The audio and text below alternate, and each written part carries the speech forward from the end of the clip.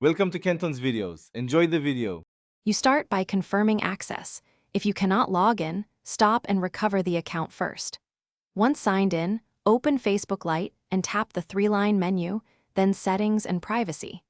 Next, choose Settings and scroll to Security and Login so you can access two-factor authentication options. You are opening the exact panel where verification methods live. This matters because removing two-step must be done from within that security area. Make sure to be on a trusted device to avoid extra verification prompts. Once in two-factor authentication, you will see listed methods such as text message numbers and authenticator app entries. Tap to inspect each. To remove SMS, select the number and choose Remove. For an authenticator app, delete the app entry or unlink it. You may need to enter your Facebook password or provide a live authentication code to confirm each removal, and Facebook will explain each step. Because these actions lower account security, the app requires immediate authorization to prevent unauthorized changes.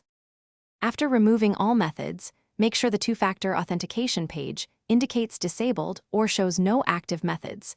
This confirms completion. Once done, log out and log in again to verify you are not prompted for a second factor.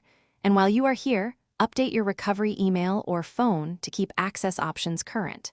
If something goes wrong and you are locked out, use any saved recovery codes or start Facebook's identity verification flow. This is the key troubleshooting path if removal caused loss of access. Thanks for watching. Consider subscribing if we helped you.